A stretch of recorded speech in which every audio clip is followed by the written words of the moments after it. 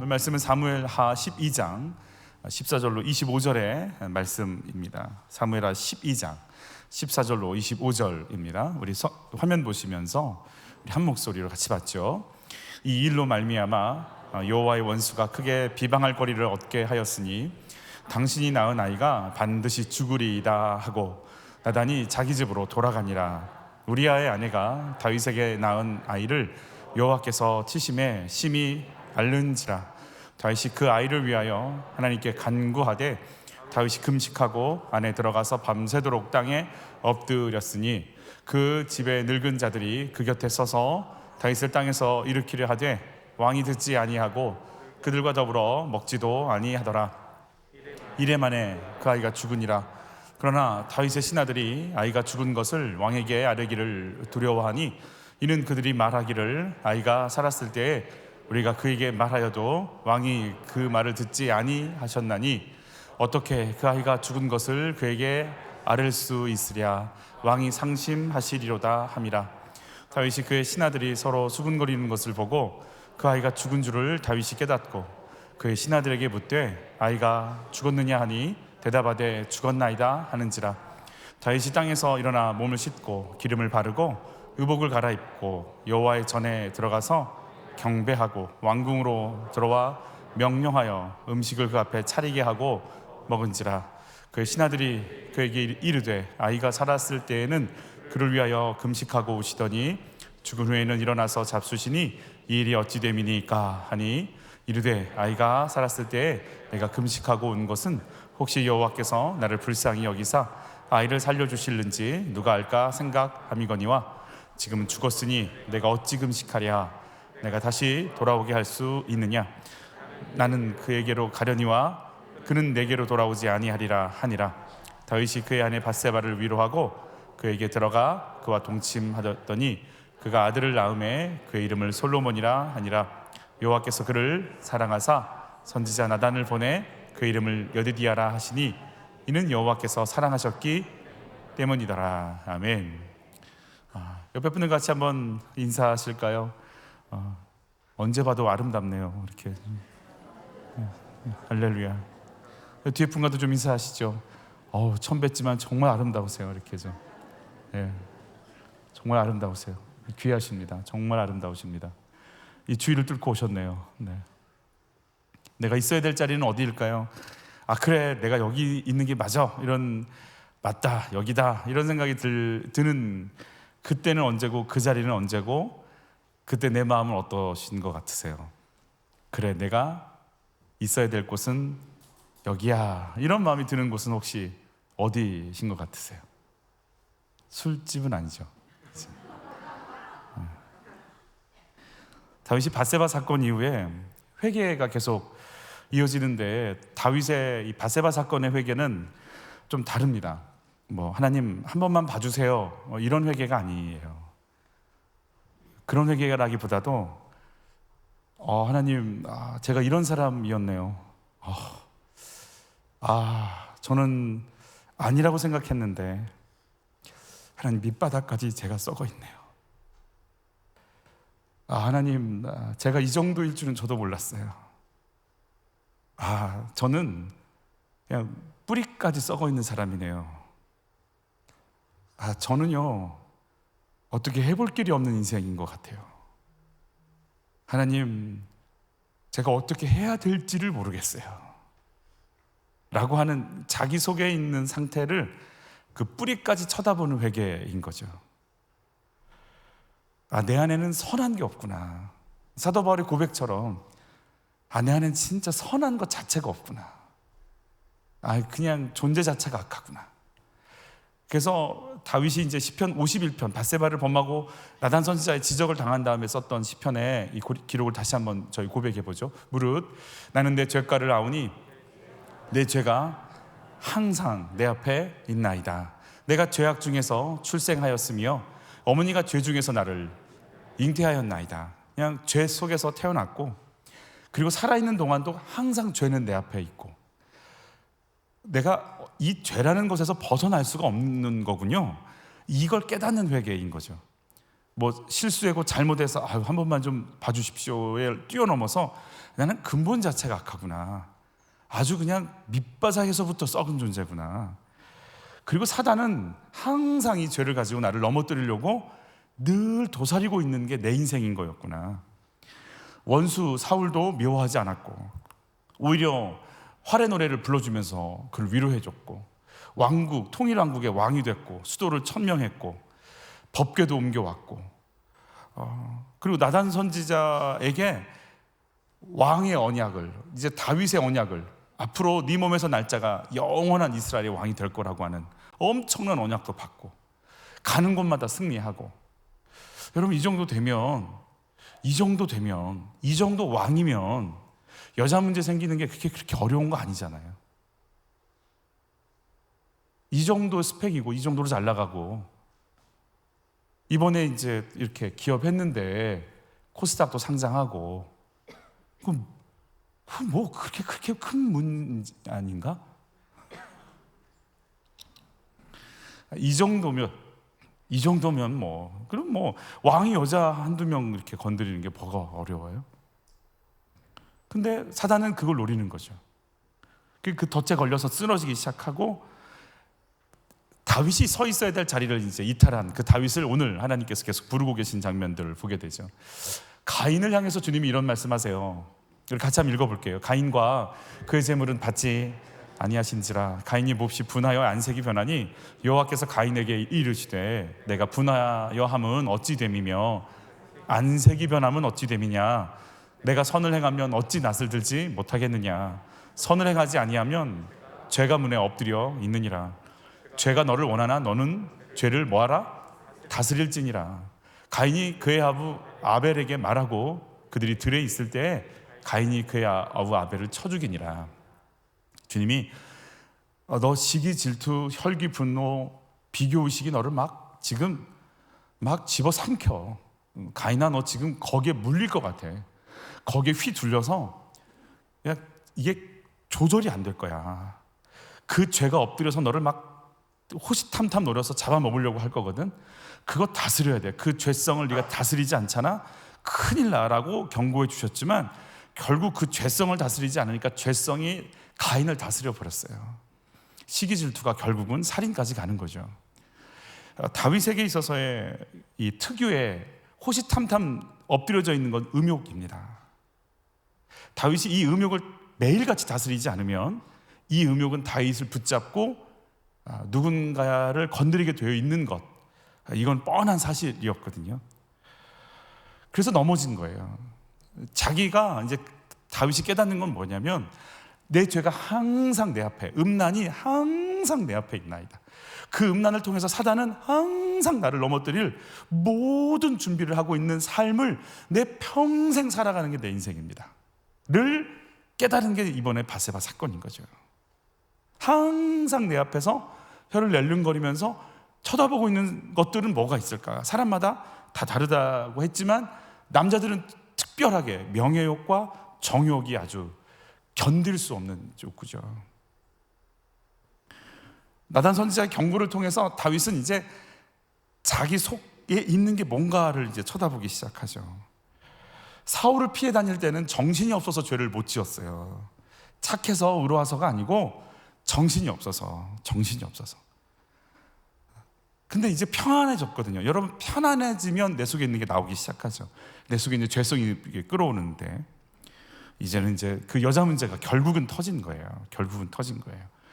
여러분, 우리 마음 가운데 주님 앞에 어떤 그 관계가 어떠해야 되는가, 우리 같이 한번 읽어볼게요. 창세기 4장. 셋도 아들을 낳고 아이의 이름을 에노스라고 하였다. 그때 비로소 사람들이 주님의 이름을 불러 예배하기 시작하였다. 그럼 에노스 전까지는 예배를 안 드렸다는 얘기죠. 언제 주님 앞에 찬양을 주님께 드려야 된다고 생각하냐면 에노스 때인 거예요. 에노스라는 말은 죽을 인생, 심각한 병에 걸린 존재, 이런 뜻을 갖고 있어요. 불치병이라고 사람들 생각도 해요. 아니면 치명적인 상처를 받아서 죽어가거나, 그러니까 내가 치명적인 상처, 내가 살 수가 없는 인생, 가망이 없는 인생인 것을 아는 순간 내가 죽을 수밖에 없어. 은혜가 아니면, 주의 도우심이 아니면 살 수가 없어라고 생각하는 순간부터 뭐가 시작되냐면 예배가 시작이 되는 거죠. 나는 주님이 아니면 못 살아. 이걸 깨닫는 순간부터 기도가 되기 시작하는 거예요. 살만해서 기도하는 거 아니에요. 나는 살 수가 없는 존재구나. 주의 은혜가 아니면 죽는 거구나. 죄가 와서 나를 집어삼키는 존재구나. 나를 박살내는구나. 나는 우리 집은 망가져버리는 거구나. 나는 그냥 머리에서 발끝까지 사단의 도구로 쓰임받다가 비참하게 살다 죽어가는 게 내 인생인 거구나를 깨닫기 시작하면 이제 주님을 부르기 시작하는 거예요. 그냥 부르는 게 아니고 살려달라고 부르기 시작하는 거죠. 여러분, 내가 여호와께 범죄하였나이다. 늘 범죄가 내 속에서요, 가만히 있으면 울컥울컥 올라가요. 그냥 가만히 있으면 내 속에서 그냥 죄가 나를 집어삼키려고 그냥 계속 솟구쳐 올라와요. 여러분, 이걸 느끼셔야 돼요. 이 센서가 또 시기가 막 부글부글. 그래서 섭섭 귀신. 얘는 정말 이제 날씨도 추워지고 몸도 이렇게 웅크러들면 또 기승을 할 거예요. 게다가 이제 목장 모임을 시작했잖수 우리가. 코로나 때문에 얘가 같이 활동을 못 했었어요. 근데 코로나가 시작되면서 이제 시작할 거예요.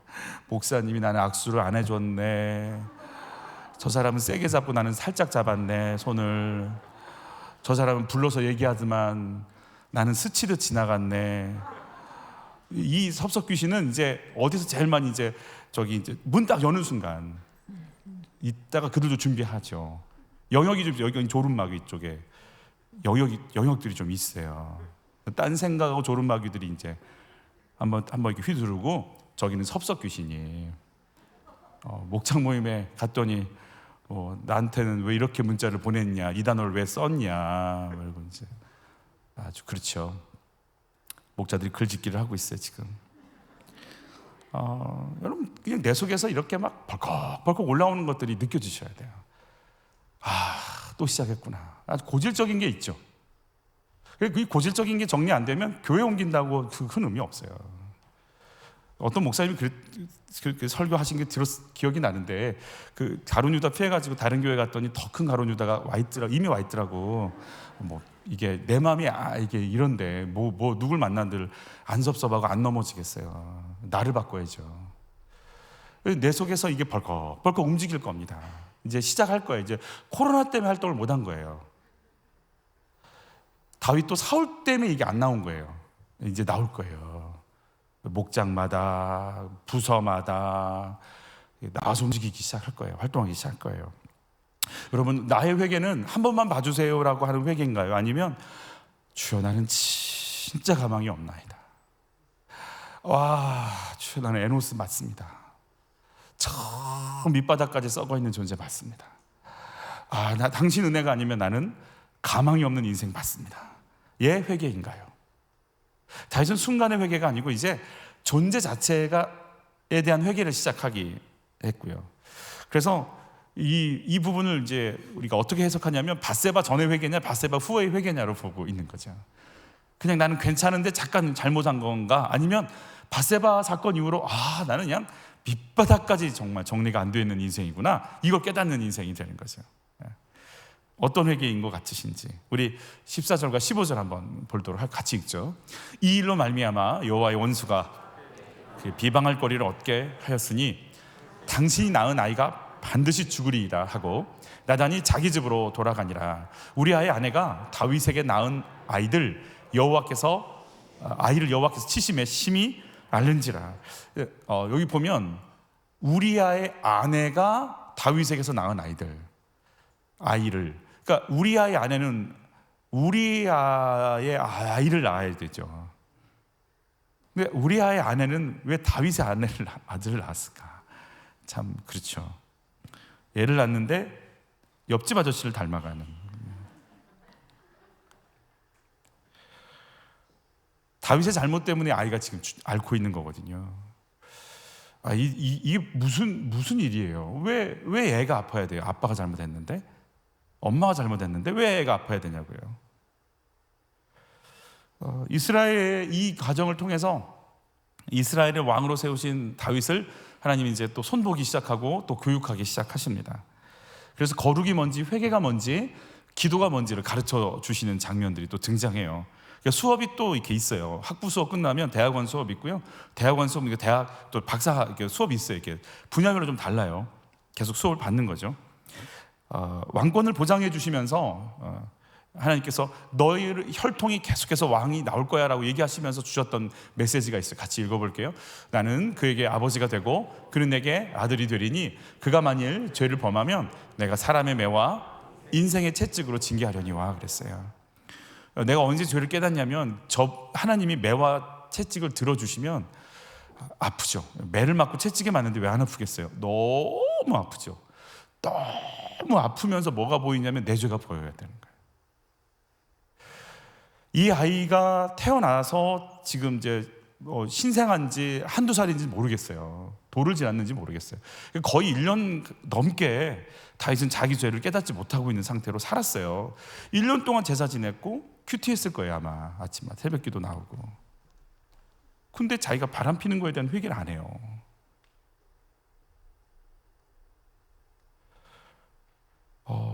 우리 16절 17절 같이 받을게요. 다윗이 그 아이를 위하여 하나님께 간구하되 다윗이 금식하고 안에 들어가서 밤새도록 땅에 엎드렸으니 그 집의 늙은 자들이 그 곁에 서서 다윗을 땅에서 일으키려 하되 왕이 듣지 아니하고 그들과 더불어 먹지도 아니하더라.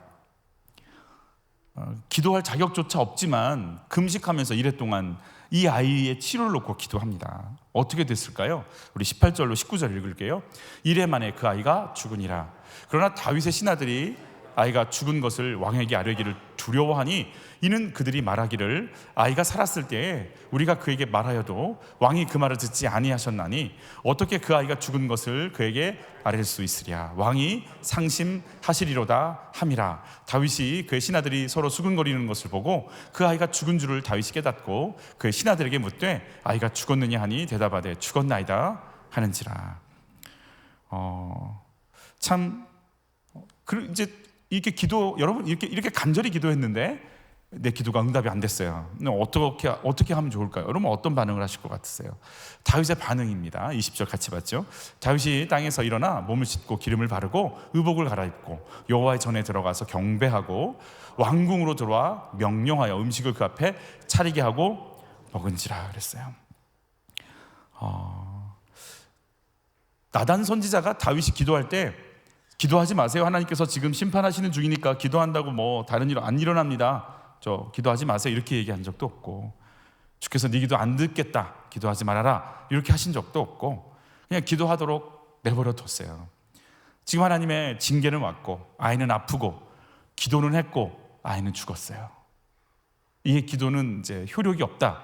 우리 이렇게 생각을 할 수밖에 없죠. 한 가지 묻죠. 다윗이 이때 기도했을 때 다윗의 마음은 어떤 마음이었을까요? 어떤 마음으로 기도했을까요? 살려주세요. 그렇죠? 그냥 단지 살려주세요 일까요? 또 기도하다 보면 또 어떤 마음이 들었을까요? 다윗이 어떤 이 기도하는 다윗의 마음의 자세는 어땠을까요? 이렇게 하면 내가 밥까지 굶으면 응답하시겠지? 7일 완전수 7일 동안 완벽하게 금식했으니 밤새도록 잠 안 자고 기도했으니 정확하게 응답하시겠지? 이런 마음이었을까요? 그런 마음이 있을 수 있죠. 근데 그 기도하면서 엎드리면서 하나님 앞에 머리를 조아리면서 가슴을 토해놓으면서 내 죄 때문에 죽어가는 아들을 놓고 기도할 때 다윗은 어떤 마음이었을까요? 내 죄의 보응이 이런 겁니까? 죄가 이렇게 무서운 거였습니까? 결국 이제 말씀하신 나단 선지자의 역사가 이제 시작이 된 겁니까? 하나님 살려주세요. 하나님 살려주세요. 우리 한번 같이 고백해보죠. 하나님 살려주세요. 여러분 이 고백을 하면서 하나님 살려주세요라는 고백 속에 뭐가 들어있어요? 하나님 어떤 자리에 계세요? 나를 뭐 하시는 분? 살려주시는 분. 나는 그 생명을 받아야 되는 존재. 그러니까 누구 허락 없이는 안 돼요. 그분 허락 없이는 살 수도 없는 나. 당신이 살려주셔야 살고 당신이 열어주셔야 가는 나. 나는 하나님과 나의 자세를 다시 생각하게 되는 거죠. 하나님이 지금 살려주셔야 내 아이는 사는구나. 하나님이 거두어 가시면 내 아이는 가는 거구나. 그러면 나는 지금 설교하고 있는 저는요, 내가 지금 살아있는 건 건강해서가 아니고 누가 허락해 주셔서, 하나님 허락해 주셔서 살아있는 거죠. 찬양팀이 젊어서 찬양하는 게 아니고 하나님 살려주시고 허락해 주셔서 사는 거죠. 살려주세요 기도를 하면서 느끼는 건 뭐예요? 내가 살 수 있는 게 아니라 그분이 허락해야 사는 거구나. 내가 뭘 할까? 내가 나이가 이러니까 살까? 그리고 엎드리면서 나는 하나님 앞에 뭐 하는 자리? 엎드리는 자리.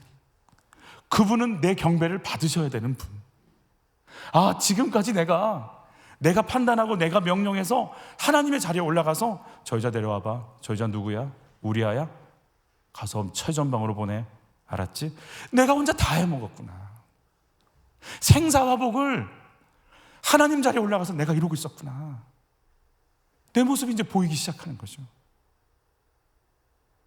밤새도록 놀러 다니고 바람 피고 뭐 이렇게, 예를 들어서 여러분 이제 이게 하나도 이해가 안 가시겠지만, 그러고 있다가 돌아가서 엉망이 된 집을 보면서 애들은 막 이렇게 돼 있고 막 집안이 난린데 청소하고 밥을 지어주면서 내가 이 자리에 있어야 될 것 같은데, 이런 생각 드는 것처럼, 내가 엎드리면서 내가 여기 있어야 될 것 같은데, 내 자리가 여기인 것 같은데, 그분의 허락을 받고 움직이고 그분 앞에 아뢰고 그분 앞에 머리를 조아려야 되는 게 내 자리 같은데, 나 지금 여지껏 뭐 했지? 라는 생각을 하기 시작하는 거죠. 두 번째, 그런 생각이 들었을 것 같아요. 기도하면서 하나님 살려주세요. 내가 하나님 앞에 간구는 하지만 그런 이 간구가 응답이 안 됐어요. 살려달라고 7일째 밤새도록 금식하며 기도했는데 하나님은 죽었어요. 그럼 여러분, 기도는 뭐예요? 기도는 응답받는 거 간증하는 건가요? 내 소원을 아뢰서 내 기도 제목을 받는 게 기도일까요? 다윗의 기도는 그러면 이렇게 실패한 기도잖아요. 근데 오늘 다윗은 자기 기도 실패했고 벌떡 일어나서 밥 먹고 있어요. 왜 이럴까? 기도가 뭘까? 기도가 내 소원을 아뢰는 건가? 물론 내 소원 아뢰는 거 맞아요. 근데 기도는 뭐예요? 하나님이 원하시는 뜻이 내게 이루어지기를 인정하고 하나님 뜻을 받아들이기로. 나는 그 뜻 이루기 싫은데 내 속에 있는 혈기가, 내 속에 있는 오만함이, 가인의 죄성이, 다윗의 죄성이 있을 때 하나님 이 죄성 좀 뽑아주세요. 이 죄가 나를 다스리려고 그러거든요. 이 죄성이 나를 지배하지 않게 하시고 하나님이 나를 지배하실 수 있도록 나를 좀 지배해 주세요. 하나님이 나를 지배해 달라고, 하나님 뜻이 이루어지게 해달라고 하는 게 기도 아닌가요? 내 소원을 아래서 받는 거라면 사실은 기독교라고 하기는 조금 어려워요. 왜냐하면 예수님도 하늘에 계신 너희 아버지의 뜻이 이 땅 가운데 이루어지기를 이렇게 기도하라, 이렇게 가르쳐 주셨거든요. 그러니까 내 기도의 제일 핵심은 아버지의 뜻이거든요. 그 기도는 뭐냐면 아버지의 뜻이 내 가운데 이루어져야 되는데요, 하나님, 아버지의 뜻이 내 가운데 이루어지기를 원치 않는 내 마음, 죄성, 이거 좀 정리 좀 해주세요. 나는 왜 이렇게 오만해요? 나는 왜 이렇게 속이 좁아요? 나는 왜 이렇게 이기적이에요? 나는 왜 이렇게 우쭐대요? 나는 왜 이렇게 좌절해요? 나는 왜 이렇게 게을러요? 나는 왜 이렇게 두려워해요? 이것 좀 뽑아가시고 당신께서 쓰시기 좋은 그릇 돼서 나를 왕으로 자리에 앉혀놓으셨고 살려주셨고 생명을 주셨고 허락해 주셨으니까 하나님 뜻이 내 속에서 이루어질 수 있도록 나를 좀 간섭해 주세요가 내 기도가 돼야 되는 거죠. 결국 예수님의 기도는 뭐예요? 마지막까지 최선을 다해서 한 기도는 이전을 내게서 옮겨주세요 예요. 그러나 마지막 한마디는 뭐예요? 그럼 내 원대로 마시고 아버지 원대로 되게 해달라는 내 의지를 또 꺾는 기도가 예수님의 기도였잖아요. 여러분, 우리가 간절히 기도해서, 제가 실제로 사역했던 저희 예전에 있는 교회에 아들이 아프니까 할머니가 기도를 나오셨어요. 새벽, 수요, 금요 다 나오셨어요. 아들은 돌아가셨어요. 할머니도 같이 교회를 끊었어요. 왜요? 아들이 내 기도를 안 들어주는 신을 내가 모실 이유는 없잖아요. 오늘 다윗이 자기 기도가 정확하게 안 들어졌고 그럼 너무 아픈, 내 죄 때문에 아이가 죽는 걸 코앞에서 보는 아픔을 겪고 나서 이게 하나님 뜻이야? 그럼 네 하고 그냥 받아들여 버려요. 그냥. 왜냐하면 그게 하나님 뜻이면 얘 받아들이겠다는 거예요. 다윗은 기도를 하면서 내가 죄인의 자리에서 날마다 하나님께 의지하고 기도하지 않으면 안 되는 자리인 걸 다시 확인하고, 내 뜻이 아니라 이제 아버지의 뜻이 내 속에서 이루어져야 되는 그 자리에 내가 있어야 된다는 것을 다시 생각하게 되는, 그 자리를 찾게 되는 거죠. 부하들이 너무 당황스러운 거예요. 아플 때는 밥도 안 드시더니 어떻게 이렇게 아이가 죽었다는 얘기를 듣고 밥을 드세요? 이러고 이제 놀래서 묻습니다. 같이 읽죠. 그 신하들이 그에게 이르되 아이가 살았을 때에는 그를 위하여 금식하고 오시더니 죽은 후에는 일어나서 잡수시니 이 일이 어찌 됨이니까 하니 이르되 아이가 살았을 때에 내가 금식하고 온 것은 혹시 여호와께서 나를 불쌍히 여기사 아이를 살려주실는지 누가 알까 생각함이거니와 지금은 죽었으니 내가 어찌 금식하랴. 내가 다시 돌아오게 할 수 있느냐. 나는 그에게로 가려니와 그는 내게로 돌아오지 아니하리라 하니라. 이 구절이 영아들이 천국 간다라고 하는 것의 근원이 되는 구절이에요. 내가 다시 돌아올 수 있게 할 수 있느냐. 나는 누구에게로 가? 죽은 그 아이한테 갈 수 있어. 하지만 그는 나한테 못 오잖아. 다윗은 하나님께 간 거잖아요. 그래서 영아들이 죽으면 하나님 품에 간다라고 하는 근원이 되는 구절이에요. 다윗은 이 기도를 통해서 어떤 확신이 있냐면 그는 천국 갔구나, 이 확신을 갖고 있어요. 그리고 그냥 딱 내려놔 버려요. 내가 원하는 대로 살지 못했고 내가 원하는 건 내가 이 아이와 좋은 시간 못 가졌을지라도 그분이 데려가셨으면 어쩔 수 없어. 받아들이는 거죠. 가수 엄정화 씨의 보컬 트레이너 노용주 대표의 간증을 들었어요. 첫 아이를 낳았고 둘째 아이가 임신 7개월 때 갑자기 이제 병원에서 급하게 연락이 왔대요. 산모를 살릴지 아이를 살릴지 결정하라고. 왜냐면 아이가 심장이 약해서 자연분만을 하면 아이가 힘들고 제왕절개를 했을 때는 산모가 위험할 것 같다. 그래서 선택하라고 그러더래요. 이거 어떻게 해요? 어쩔 수, 이제 산모를 선택한 거죠. 근데 그 사이에 아이가 다행히 자연분만이 됐어요. 심장이 예상했던 대로 심장이 좋지 않았어요. 근데 심장 수술을 하려고 하는데 이 신생아를 막 태어난 아이를 어떻게 개복을 해서 심장 수술을 할 수 있겠어요? 자라야 되니까 이 100일을 애가 견뎌줬어요. 그래서 태어나면서부터 걔는 온 몸에 이제 호수를 다 꽂고 인큐베이터 속에 있는 7개월 만에 나왔기 때문에 100일을 버텨서 너무 감사해서 100일 떡도 병원에 돌리고 막 기대했어요. 의사 선생님은 수술해서 살아날 확률이 너무 적다고. 그런데 하나님이 주신 아이라는 마음이 드니까 1% 가망이 있느냐 물었대요. 그래서 교수님이 그러더래요. 교회 다니시냐. 그러니까 크리스찬들은 이게 하나님이 준 아이라고 생각하고 어떻게 해서 살려보려고 하는 것들을 경험해봤기 때문에 이런 말을 하는 거죠. 95%의 확률로 안 될 확률이 있지만 5%를 소원하고 수술에 들어갔는데 잘 됐어요. 다행히 잘 됐어요. 그리고 그는 이렇게 생각했대요. 안 데려가실 거다. 그리고 내가 지금 잘 나가니까 음악적으로 이렇게 유명한 가수들을 이렇게 하니까 돈도 잘 벌고 빌딩도 세울 정도였다니까. 나 잘 나가니까 주님이 나 겸손하라고 장애의 아이를 주시나 보다. 이 생각까지는 했대요. 근데 수술 후에 며칠 있다가 병원에서 전화가 오는 거예요. 아이가 떠날 것 같다. 가봤더니 그 아이를 놓고 심폐소생을 시키고 있더라는 거예요. 결국은 안 된다 하고 의사 선생님들이 다 몸에 붙어있던, 태어나면서 지금까지 붙어있던 모든 선들을 다 줄들을 다 뽑더니 그래도 안아보시라고 주더래요. 엄마는 이제 안고 울죠. 그리고 당신도 안아오라고 주는데 못 안겠더래요. 이 느낌을 갖기가 힘들어서 기억이 남을까 봐. 그래도 이제 안았대요. 근데 마음속에 무슨 마음이 들까요? 내가 편하게라도 보내줄 걸, 이 개복까지 해가지고 이 아이를 왜 이렇게 괴롭혔나, 이 수술을 왜 시켰나. 근데 자기 안에 믿음이 있었대요. 분명히 이 아이는 산다. 여러분, 이러고 나서 아이를 자기가 직접 작은 관을 안고 화장터에 넣고 아이를 잃고 갈 곳이 없으니까 기도원에 들어가서 거의 원망에 섞인 기도를 하는 거죠. 하나님께 거의 욕하다시피. 무슨 기도가 나오겠어요, 그죠? 기도를 마치고 산책을 하는데 하나님이 그런 음성을 주시더래요. 많이 슬프지? 나도 많이 슬퍼. 네가 울 때 나도 울었어. 그럼 위로를 해주시는데, 자기는 그런 마음이 있었대요. 하나님께서 모든 걸 계획하셨다. 그렇다면 모든 것을 계획하신 그분이, 모든 걸 알고 계신 그분이 뺏을 거면서 왜 줬을까? 나하고 지금 장난하시는 건가? 날 가지고 노시는 건가? 너무 하나님을 신뢰했기 때문에. 근데 하나님이 같이 아프고 같이 힘들었다고 얘기하시니까 이 위로가 되기 시작하더래요. 근데 그 다음 질문이 자기를 뒤흔들어 놨대. 머리를 한 대 쳤대요. 얘야, 그러면 내가 네 아이를 언제 데려가면 맞다고 생각하니? 내가 너를 언제 데려가면 맞다고 생각하니? 내가 네 아내를 언제 데려가면 그게 맞다고 생각하니?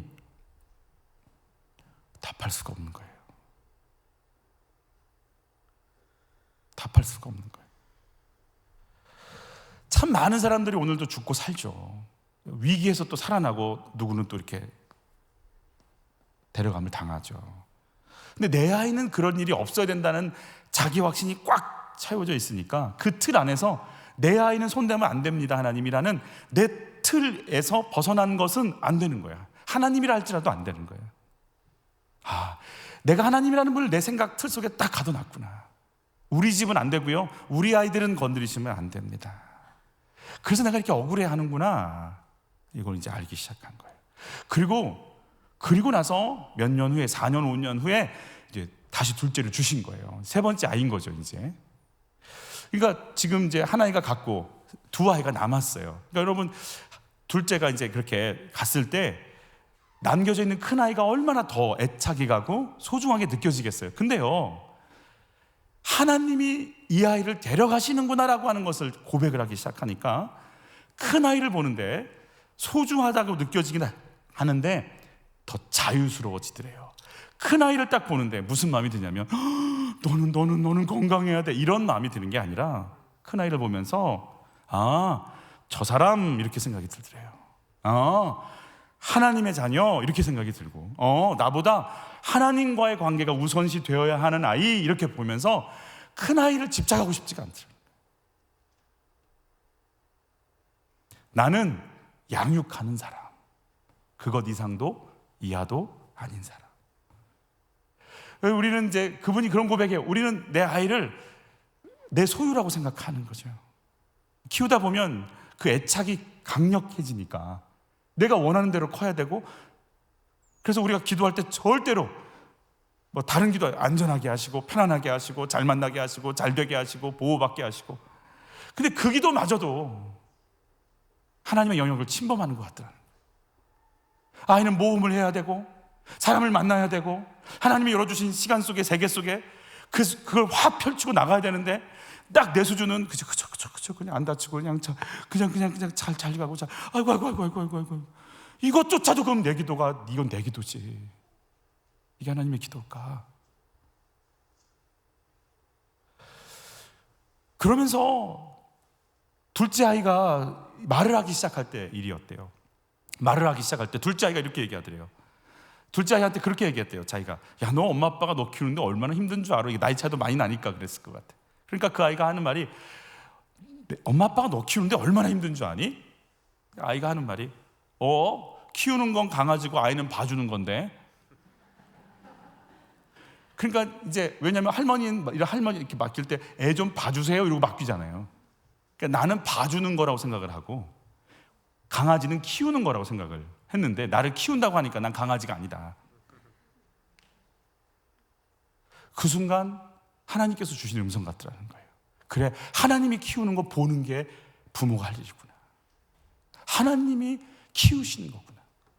생각이 바뀌기 시작했다라는 거예요. 다윗이요, 하나님은 하나님, 나는 나의 자리에서 절대적으로 하나님을 신뢰하기 시작하는데, 하나님, 그 아이는 당신 품에 갔죠. 나는 그래서 당신 품에 갈 때 그 아이 만나겠죠. 보낼게요. 하나님이 뜻이고 이게 하나님께서 하신 일이면 그걸 받아들일게요. 여러분, 우리가 좀 기도하면서 우리 마음속에 품어야 될 게 뭐냐면, 내가 기도하는 것도 중요하지만 내 기도를 들으시는 하나님이 기도의 결정권자인 것을 인정하는 은혜가 있기를 예수님이 축복합니다. 내가 원하는 대로 응답이 오든 안 오든 나보다 훨씬 크신 주님이 정확하게 이 문제를 알고 진행시켜 나갈 걸 믿습니다. 제가 가끔씩 이제 두려워 떨면서, 등치는 산만하지만 잘 두려워합니다. 막 고민이 돼요. 하나님 어떡하죠? 하나님 어떡하죠? 하나님 어떡하죠? 하나님 어떡하죠? 제가 이런 고민들을 막 던질 때 주님이 저에게 가끔씩 이렇게 툭툭 던지면서 주시는 감동이 있어요. 어떤 감동 주시냐면 이런 감동 주세요. 얘야, 내가 너보다 더 커. 내가 너보다 더 커. 그리고 이제 별 말씀 안 하세요. 그럼 제가 그걸 받아들여요. 내가 보낼 때 이러지 그분이 일하시면 돼. 그래, 내가 어찌 그분을 다 알아? 그 크기, 그 권세, 그 권능, 그 지혜, 그 영감이 나보다 커. 그럼 그분의 계획 속에 가는 거야. 그리고 이제 저를 내려놓기 시작하는 거죠. 여러분, 그러니까 다윗이 지금 어떤 회개가 이루어지냐면, 밧세바를 범할 때는 데려와봐, 저 여자 이쁜데, 가서 죽여, 이렇게 막 지시하고 그냥 탐욕의 눈으로 바라봤어요. 이제는 순종으로 하나님 말씀하시면 그대로 순복할 나의 자리, 하나님의 자리를 인식하고 세상을 보기 시작하는 거예요. 여러분, 하나님의 눈으로 하나님을 보는 거예요. 그래서 하나님은 내 기도를 응답하시고 방법대로 얘기하시면 나는 순종하겠나이다. 나는 거기 따라가겠나이다. 우리 같이 한번 고백해 볼까요? 주님 따라가겠나이다. 주님 순종하겠나이다. 어떤 결과가 나오든지 당신을 따라가겠나이다. 아멘. 그러고 그냥 가는 거예요, 그냥.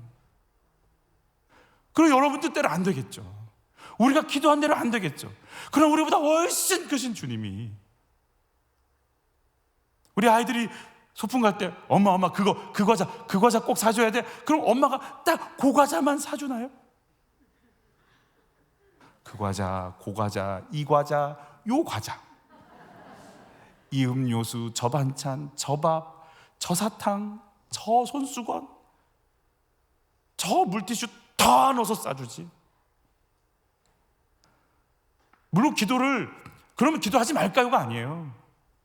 우리의 기도는 그분 뜻을 끊임없이 내 안에 받아들이려고, 내 안에 있는 죄성과 이제 내 죄가가 내 앞에 있사오니, 주여, 내 속에 이게 또 올라왔나이다. 또 시기가 올라왔고, 또 이 섭석 귀신이 올라왔나이다. 또 올라왔나이다. 이 섭석 귀신은 30년째 같이 사는 것 같아. 서로 알아. 이제 왔어. 내가 좀 섭섭했지. 요즘 안 오더라. 너무 익숙해.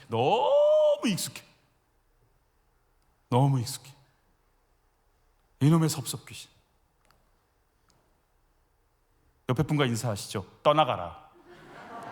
시작. 나보고 또 떠나가라고 했다고 또 이제 막 하여튼 별걸 다 갖고. 여러분, 하나님 눈으로 밧세바 보면 어때요? 그냥 아름다운 여인이지 뭐. 아름다운 여인은 다 내 아내가 되어야 된다는 법이 있어요? 그럴 힘이 되니까 그렇게 하는 거예요, 지금 다윗이. 하나님의 눈으로 우리아를 보면 어때요? 충성된 신하죠. 고마워. 근데 탐욕의 눈으로 보면 제거해야 돼. 하나님의 눈으로 요압을 보면요, 그 요압의 거짓말들이 분별이 돼야 되는데 한평생 다윗은 요압에게 끌려다니거든요. 분별이 안 돼. 여러분, 하나님 눈으로 세상을 보고 나를 볼 수 있는 하나님의 지혜가, 영감이 임하시길 바라는 거예요.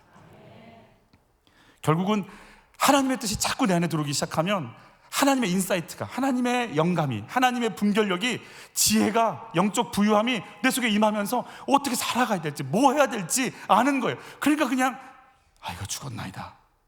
알았어. 툴툴 털고 일어나는 거예요. 내가 할 일 할게. 하나님께서 하셨지. 물론 속에서 울겠죠. 눈물 닦아가면서 밥을 먹었겠죠. 하나님 뜻이 귀하게 여겨지기 시작하면, 제가 장로님들 모아놓고 제가 막 이렇게 했던 것 같아요. 참 용감하죠. 이렇게 장로님 앉혀놓고 정말 우리가 하고 싶은 일 하지 말고 하나님 우리 교회를 통해서 하실 일에 대해서 우리 같이 기도하자고. 여러분, 내가 원하는 아이가 아니고 하나님이 내 아이를 통해서 하실 일에 대해서 엎드리기를 바라는 거예요. 내 인생 나는 이 정도 되고 내가 50 정도 되면은 부동산이 있고 집이 있고 차는 이 정도 멀고 여기 이제 이 정도 좀 여기 연금은 이 정도 좀 알아요. 근데 그 하시는데 그게 메인이 돼서 날 끌고 가면 그거 하다가 그냥 죽을 거 아니에요. 근데 하나님, 나를 이 땅에 아직 죽이지 않고 살려두시고 거두지 않고 살아가게끔 하셨을 때 어떤 뜻이 있는지 좀 가르쳐 주세요.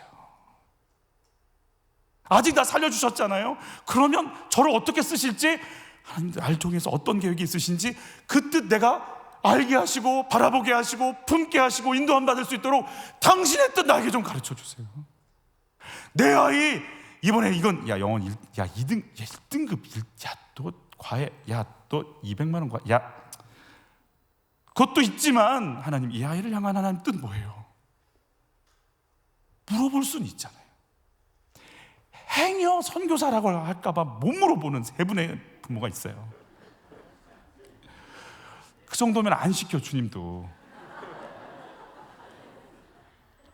그러니까 염려하지 말고 물으세요. 빨리 아멘 하세요. 물어볼 수는 있잖아. 안 시키더라도. 이 아이를 향한 주의 뜻은 뭐예요? 주의 뜻은 그냥 다른 기도 말고 그것만 주구장창 물어봐도 주님이 이뻐갖고 복 주겠네. 그냥 얘는 나랑 코드를 맞추려고 애를 쓰네. 그 기도만 들어도 주님이 좋아가지고 막. 다윗은 본인과 바세바 사건으로 아이가 죽었어요. 가장 세상 비참하고 아프고 미안하고 죄송스럽고 막 그래요. 근데 죽어가는 아이를 보면서 아버지의 마음이 뭔지 알잖아요. 내 영혼이 죽어갈 때 나를 보신 하나님 마음이 어떤지 느끼지 않겠냐고요. 나도 아파. 그리고 내가 얼마나 깨어있지 않으면 안 되는 인생인지를 다시 보게 될 거고, 내가 하나님과의 관계가 내가 하나님을 좌지우지하는 게 아니고 하나님 말씀 앞에 엎드려야 되는 인생인 걸 다시 아는 거고. 세 번째, 마지막, 진정한 사랑을 하게 돼요. 우리 같이 읽어볼게요. 다윗이 그의 아내 바세바를 위로하고 그에게 들어가 그가 뭐 했어요?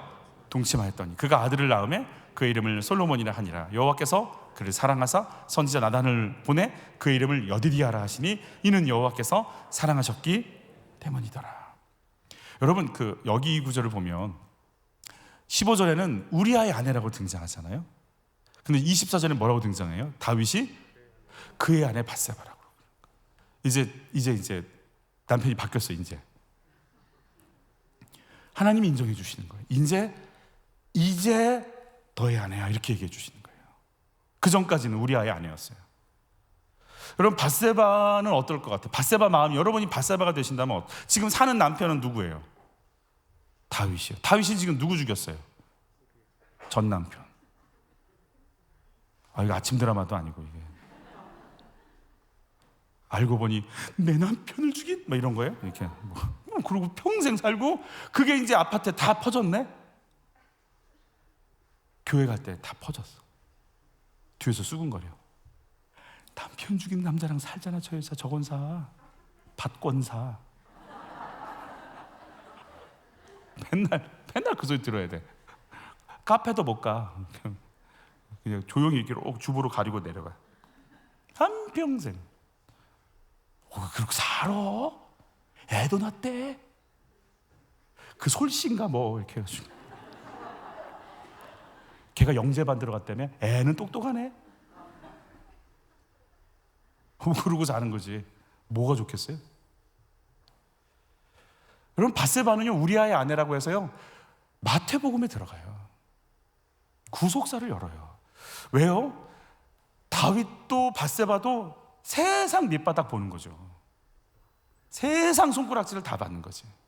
이제 다윗이 바세바를 위로할 사람 누구밖에 없어요. 누구밖에 없어요. 얘기 좀 해줘봐요. 이 여자 놔둘 거예요? 위로를 해야 될 거 아니야. 바세바 위로할 남자는 누구밖에 없어요. 다윗밖에 없어요. 그래서 다윗의 아내가 되는 거예요. 다윗은요 이후로 바람 안 펴요. 왜 아멘이 나오려고 그러지? 미갈은 죽을 때까지 애 없다고 그랬어요. 왜냐하면 동침치 아니었다 그랬어요. 누구랑은 동침해요? 밧세바하고는 해요. 무슨 말이에요? 관계가 열렸다는 거예요. 내 사랑, 미안하고 고맙고 당신이 아니면 난 안 되고 나도 당신이 아니면 안 되는 이 관계 속에 이제 들어가는 거예요. 진정한 회개, 밑바닥을 경험하니까 당신 사랑 없으면 안 되고 내 사랑, 나도 당신 사랑 없으면 안 돼 이러고 사는 거예요. 그 뒤로 다윗은 여자 문제가 없어요. 이제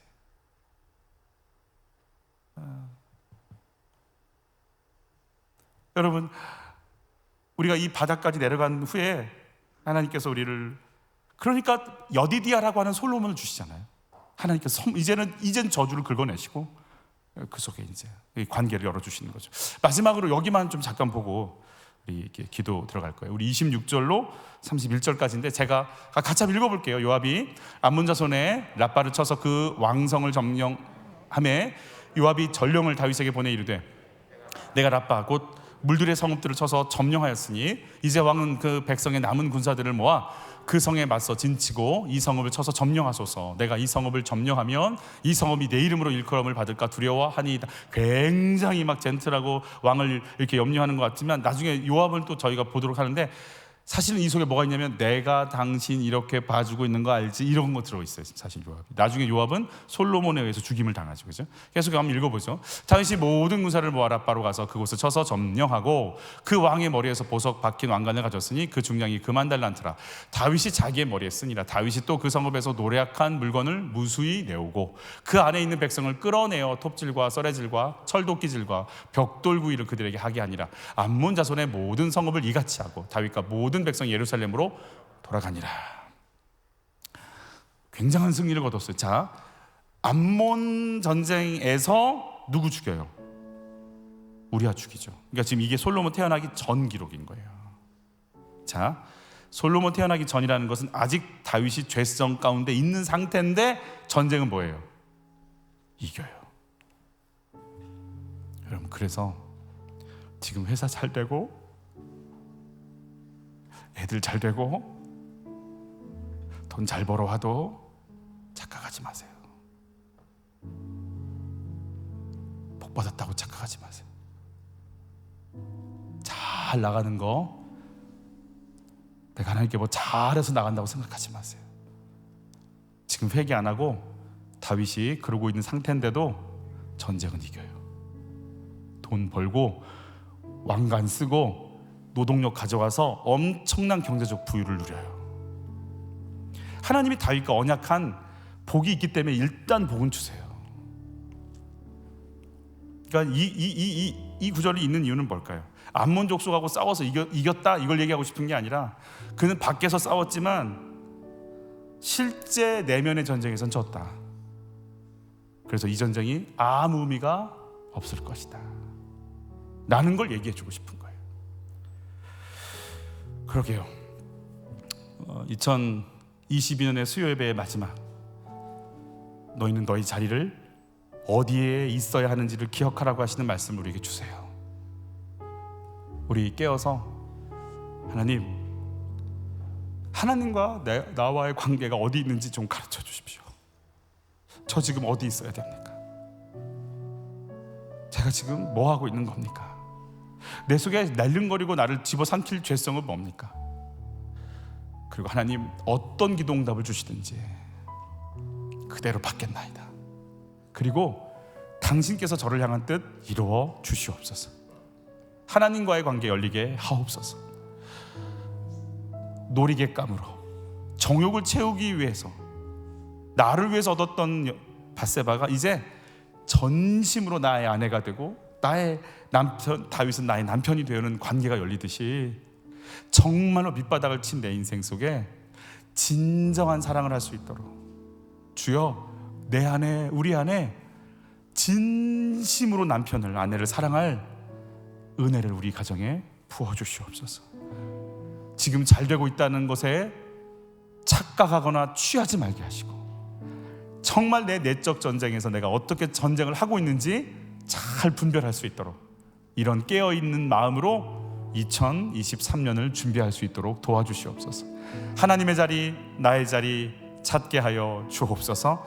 하나님의 음성, 하나님의 기도응답 그대로 받는 인생 되게 하옵소서. 이런 마음으로 우리 좀 나갔으면 좋겠어요. 우리 찬양하면서 하나님께 나가실까요? 주께 가오니 날 새롭게 하시고 주의 은혜를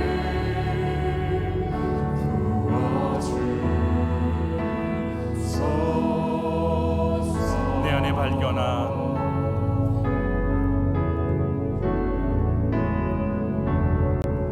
내 안에 발견한 나의 연약함 모두 벗어지리라. 주의 사랑으로 주의 사랑으로 주 사랑 나를 붙드시고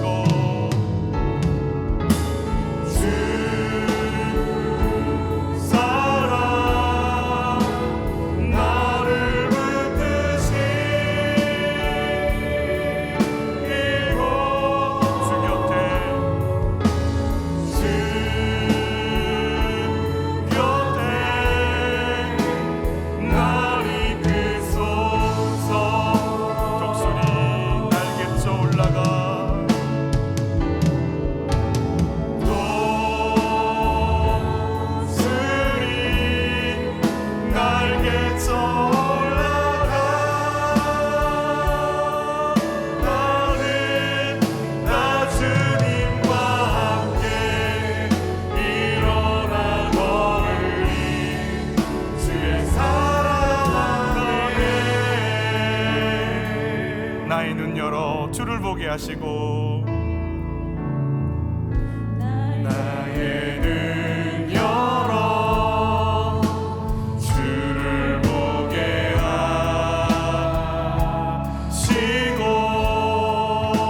주의 사랑을 알게 하소서. 알게 하소서.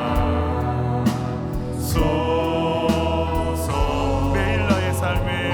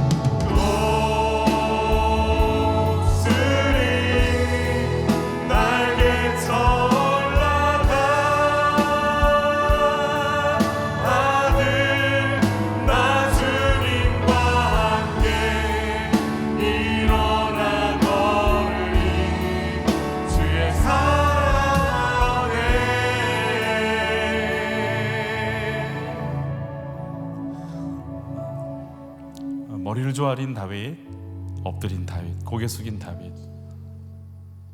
내 아이 살려주세요만 했을까? 그래요 하나님, 당신은 거기 계시고 나는 엎드리는 게 맞습니다. 살리시는 것도 주의 뜻이고 데려가시는 것도 주의 뜻입니다. 여기에 제가 어떠한 토도 달 수 없습니다. 나 같은 목동을 왕으로 세우신 것도 주의 뜻이고, 내가 오늘 십계명을 정면으로 어겼지만 죽지 않고 살아있는 것도 주의 은혜일 뿐입니다. 내가 살아있는 것도 주의 은혜이고 내가 왕의 자리에 있는 것도 주의 은혜입니다. 당신께서 죽이지 않고 나를 세우신 모든 게 주의 섭리고 생명이고 허락입니다. 내가 여기서 뭘 더할 수도 없고 뺄 수도 없나이다. 그저 주의 뜻이 내 속에서 이루어지기를 소원하나이다. 하나님, 데려가셔도 할 말은 없습니다. 그러나 가능하시면 살려주십시오. 그러나 나의 뜻이 아니라 당신 뜻대로 이루어질 것입니다. 이 시간 기도할 때 하나님, 내 기도가 아니고 나를 향한 하나님 계획, 나를 향한 하나님 뜻, 나를 향한 하나님 섭리, 주여 내가 받고 있었나이다. 내 뜻 갖고 내 아이들 다 재단했나이다. 내 남편, 내 아내 내가 다 재단했나이다. 주여 불쌍히 여겨 주시옵소서. 내가 모르는 자인 것 인정하고 엎드리게 하여 주옵시고, 주의 뜻 내 속에 이루어질 수 있도록 엎드려 당신 앞에 인도함 구하오니 주여 나를 통해 일하여 주시옵소서. 주의 뜻 이루는 인생 되게 하여 주옵소서. 사랑을 회복할 수 있는 은혜를 부어 주시옵소서. 우리 같이 자신을 놓고 우리 주여 삼창하시면서 기도로 나가시겠습니다. 주여